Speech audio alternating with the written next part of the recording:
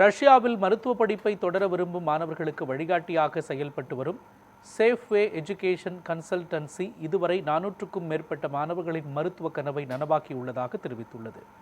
சென்னை தேனாம்பேட்டையில் செயல்பட்டு வரும் இந்நிறுவனம் ரஷ்யாவின் பல்வேறு பல்கலைக்கழகங்களுடன் நேரடி இணைப்பில் இருந்து மருத்துவ கல்விக்கான சேர்க்கை மற்றும் வழிகாட்டுதல் சேவைகளை வழங்கி வருகிறது.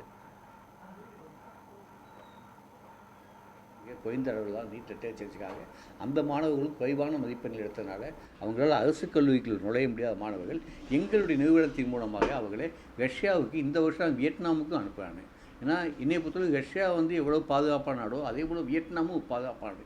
ஏன் வியட்நாம் பாதுகாப்பான நாடுன்னு சொன்னால் வியட்நாம் ஒரு கம்யூனிஸ்ட் கண்ட்ரி. கம்யூனிஸ்ட் கண்ட்ரியில் இயல்பாகவே மனித உரிமைகள் பாதுகாக்கப்படும்.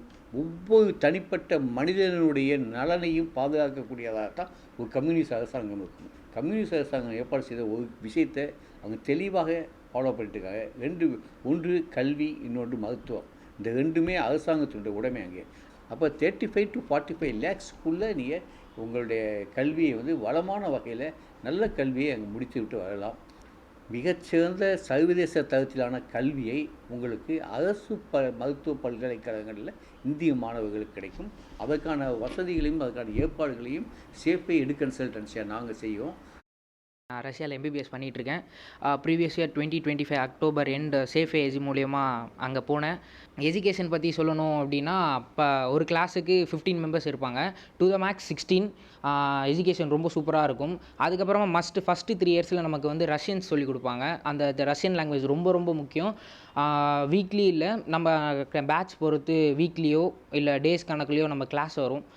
சேஃப்வே எஜுகேஷன் பாஸ்கர் சார், அதாவது நம்ம இங்கே ஃப்ளைட் ஏந்தி அங்கே இறக்கி நம்ம காலேஜ் ஹாஸ்டல் வரைக்குமே கூடவே இருப்பாங்க. அதுக்கப்புறமா நமக்கு ஒரு மந்த்லியோ வீக்லியோ நமக்கு எப்படி செட் ஆகிருச்சு, எதனா ப்ராப்ளம் இருக்கா அப்படின்ற இது இருக்கும். அவங்களோட மேனேஜ்மெண்ட்ஸ் வேறு அங்கே இருக்குது. அதனால் கொஞ்சம் ஈஸியாகவே இருக்கும். நம்ம அவங்களுக்கு கொஞ்சம் அடாப்ட் ஆகிறதுக்கு கொஞ்சம் ஈஸியாகவே இருக்கும். இப்போ நான் என்னோடய கரியரை நான் இந்த மாதிரி பண்ணதுக்கு மெயினான reason Bhaskar sir, Saroja ma'am and சித்தார்த்தனா, அவங்களுக்கு ரொம்ப தேங்க்யூ. அண்ட் சேஃப்வே எஜுகேஷனுக்கு தேங்க்யூ.